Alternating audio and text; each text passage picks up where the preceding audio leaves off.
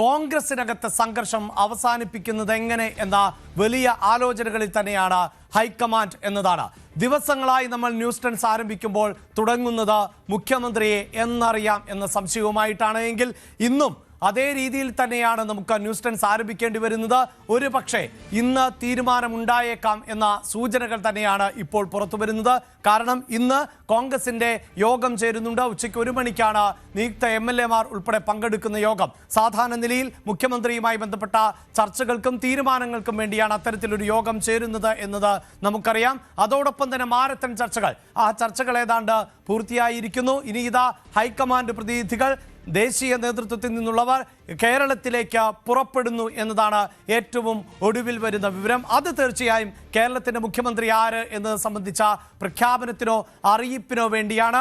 ഒരുപക്ഷെ കേരളത്തിൽ ഇനി ഉണ്ടാകാൻ പോകുന്ന സംഘർഷങ്ങളിൽ അയവ് വരുത്തുന്നതിനും ഒരുപക്ഷെ 3 പേരുകൾ, അതായത് VD സതീശൻ, രമേശ് ചെന്നിത്തല, KC വേണുഗോപാൽ, ഈ പക്ഷത്തിൽ ഒരാൾക്ക് മാത്രമേ മുഖ്യമന്ത്രിയാകാൻ സാധിക്കൂ. അപ്പോൾ മറ്റു ഭാഗങ്ങളുടെ, മറ്റ് അനുഭാവികളുടെ ഒക്കെ ഭാഗത്ത് നിന്ന് വലിയ തോതിലുള്ള പ്രതിഷേധങ്ങളടക്കം ഉയരാൻ സാധ്യതയുണ്ട്. ഒരു പക്ഷേ അതുകൂടി മുന്നിൽ കണ്ടുകൊണ്ടാകാം ഈ നേതാക്കളുടെ വരവ്. അതോടൊപ്പം തന്നെ സത്യപ്രതിജ്ഞാ ചടങ്ങ് നടത്തേണ്ടതുണ്ട്, അതിന് വേദി ഒരുക്കേണ്ടതുണ്ട്.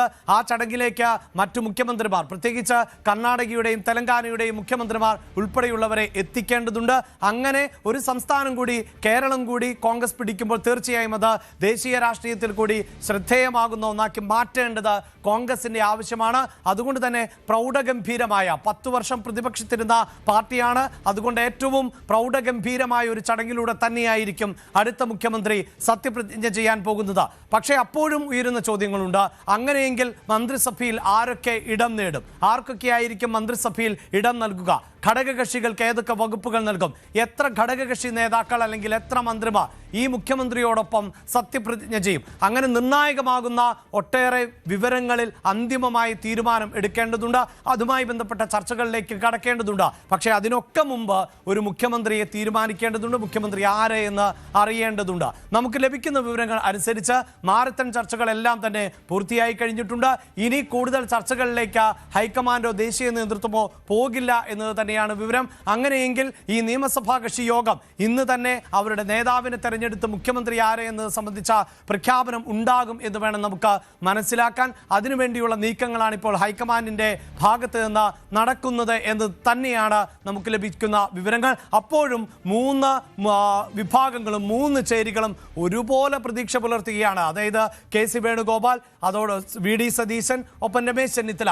ഇവിടെ KC വിഭാഗം പറയുന്നത് എന്തൊക്കെ അവർക്ക് അനുകൂലമാകുന്നു, ഘടകകക്ഷികളുടെ താല്പര്യങ്ങൾ അത് പ്രധാനമായും തങ്ങൾക്ക് അനുകൂലമാകും എന്ന ഒരു പ്രതീക്ഷ ഉണ്ട് എന്നതാണ് പൊതുവിൽ മനസ്സിലാക്കാൻ സാധിക്കുന്നത്. KC വേണുഗോപാൽ പക്ഷമാകട്ടെ MLA-മാരുടെ ഏറ്റവും കൂടുതൽ പിന്തുണ ലഭിച്ചത് തങ്ങൾക്കാണ് എന്ന് പറയുന്നു. അതേസമയം സോണിയാഗാന്ധിയുടേത് ഉൾപ്പെടെയുള്ള അനുമതി ലഭിക്കുക രമേശ് ചെന്നിത്തലയ്ക്കാണ് എന്ന് പറയുന്നു. അതായത് ഇപ്പോഴും സസ്പെൻസ് തുടരുകയാണ്. ആരാണ് മുഖ്യമന്ത്രി എന്നതിൽ വ്യക്തതയില്ല. ഇതാ നമ്മൾ പ്രേക്ഷകരുമായി പങ്കുവയ്ക്കുന്ന ഈ വിവരങ്ങൾ ഭരണപരിചയം ഉൾപ്പെടെ തുണയാകും എന്ന പ്രതീക്ഷയാണ് KC അനുഭാവികൾ വെച്ച് പുലർത്തുന്നത് എന്നതാണ്. MLA-മാരുടെ പിന്തുണ അതിലേറ്റവും കൂടുതൽ ലഭിച്ചിട്ടുള്ളത് KC-ക്കാണ് എന്ന് പറയുന്നു. ഹൈക്കമാൻഡുമായി ചേർന്ന് നിൽക്കുന്ന ആളാണ്. കാലങ്ങളായി ഹൈക്കമാൻഡിലെ നിർണായകമായ സ്വാധീന ചെലുത്താൻ പറ്റുന്ന ആളാണ്. അതുകൊണ്ട് തന്നെ KC എന്നതിന് അപ്പുറത്തേക്ക് ഒരു പേരിലേക്ക് എത്തില്ല എന്ന് KC വേണുഗോപാൽ വിഭാഗം ഉറപ്പിച്ച് പ്രതീക്ഷിക്കുകയാണ്. ഇനി നമ്മൾ VD സതീശനിലേക്ക് എത്തുമ്പോൾ അവിടെ VD സതീശൻ അനുഭാവികൾ ഏറ്റവും അധികം പറയുന്നത് കേരളത്തിന്റെ പൊതു താല്പര്യം, കോൺഗ്രസിന്റെ പൊതുവികാരം, പ്രവർത്തകരുടെയും അണികളുടെയും താല്പര്യം. നേതാക്കൾ മാത്രമല്ല തീരുമാനമെടുക്കേണ്ടത്, അണികളാണ് വോട്ട് ചെയ്യുന്നത്, പ്രവർത്തകരാണ് വോട്ട് ചെയ്യുന്നത്. അതിനപ്പുറത്ത് കേരളത്തിന്റെ ഒരു പൊതു മനസ്സുണ്ടല്ലോ, അത് VD സതീശനോടൊപ്പമാണ്. അതുകൊണ്ട് VD-ക്കപ്പുറത്തേക്ക് ഒരു പേരിലേക്ക് പോകാൻ സാധിക്കില്ല എന്ന് VD സതീശൻ അനുഭാവികൾ ഉറപ്പിക്കുകയാണ്. അങ്ങനെ അടുത്ത മുഖ്യമന്ത്രി VD സതീശൻ തന്നെയെന്ന് ഉറപ്പിക്കുകയാണ് VD സതീശന്റെ അനുഭാവികൾ. മാത്രവുമല്ല ഘടകകക്ഷികൾ, പ്രത്യേകിച്ച് മുസ്ലിം ലീഗ് ആദ്യമേ തന്നെ രംഗത്തെത്തിയിരുന്നു VD സതീശന് പിന്തുണ അറിയിച്ചുകൊണ്ട്. അപ്പോൾ UDF-ലെ ഏറ്റവും വലിയ ഘടകകക്ഷി എന്ന നിലയിൽ, കോൺഗ്രസ് കഴിഞ്ഞാൽ ഏറ്റവും വലിയ ഘടകകക്ഷി എന്ന നിലയിൽ ലീഗിന്റെ താല്പര്യങ്ങളെ വിട്ടുകളയാൻ സാധിക്കില്ല കോൺഗ്രസിന് എന്ന നിരീക്ഷണമുണ്ട്. അതേസമയം രമേശ് ചെന്നിത്തല പക്ഷവും ഇപ്പോഴും പ്രതീക്ഷയിൽ തന്നെ എന്നതാണ് നമുക്ക് മനസ്സിലാക്കാൻ സാധിക്കുന്നത്. അതിന് പ്രധാന കാരണം സീനിയോറിറ്റി തന്നെയാണ്. നേരത്തെ മുഖ്യമന്ത്രി കസേരയിലേക്ക് വരേണ്ട ഒരാളായിരുന്നു ഉമ്മൻചാണ്ടി ആണോ അതല്ല എങ്കിൽ രമേശ് ചെന്നിത്തലയോ ഒന്ന് കേരളം ചിന്തിച്ചിരുന്ന ഒരു കാലഘട്ടമുണ്ട്. അന്ന് ഒഴിഞ്ഞു മാറിയ രമേശ് ചെന്നിത്തലയ്ക്ക് ഇപ്പോഴാണ് അവസരം നൽകേണ്ടത്.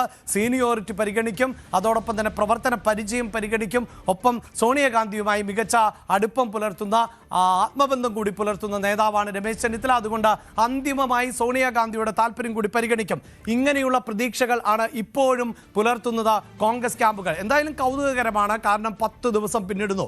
MLA-മാരെ തെരഞ്ഞെടുത്തിട്ട് 102 എന്ന മൃഗീയ ഭൂരിപക്ഷത്തിലേക്ക് എത്തിയിട്ട് മറ്റ് സംസ്ഥാനങ്ങളിൽ പശ്ചിമ ബംഗാളിൽ, അസമിൽ ഒക്കെ മുഖ്യമന്ത്രിമാർ സത്യപ്രതിജ്ഞ ചെയ്തു. എന്തിനധികം പറയുന്നു, തമിഴ്നാട്ടിൽ കേവലം 107 സീറ്റുകളിൽ മാത്രം വിജയിച്ചു നിൽക്കുന്ന വിജയ് അടക്കം സത്യപ്രതിജ്ഞ ചെയ്തു. പുതുച്ചേരിയിൽ സർക്കാർ ഉണ്ടാകുന്നു. പക്ഷേ എന്തുകൊണ്ട് കേരളത്തിൽ സർക്കാർ ഉണ്ടാകുന്നില്ല? അവിടെയാണ് പിണറായി വിജയൻ കഴിഞ്ഞ തവണ സത്യപ്രതിജ്ഞ ചെയ്തതൊക്കെ ദിവസങ്ങൾക്ക് ശേഷമാണ്. പിന്നെ എന്തിനാണ് ഒരു തിടുക്കം എന്നൊക്കെ UDF-ഉം കോൺഗ്രസും ചോദിക്കുന്നുണ്ട്. എങ്കിൽ പോലും ഇപ്പോഴത്തെ സാഹചര്യത്തിൽ വലിയ പ്രതിസന്ധിയിലേക്ക് പോകുന്നത് അന്ന് ഈ കമ്മ്യൂണിസ്റ്റ് പാർട്ടിയിൽ അല്ലെങ്കിൽ CPM-ൽ ഇല്ലാതിരുന്ന ഒരു ചേരിതിരിയിലും സംഘർഷവും ഇപ്പോഴും കോൺഗ്രസിലുണ്ട് എന്നതുകൊണ്ടാണ്.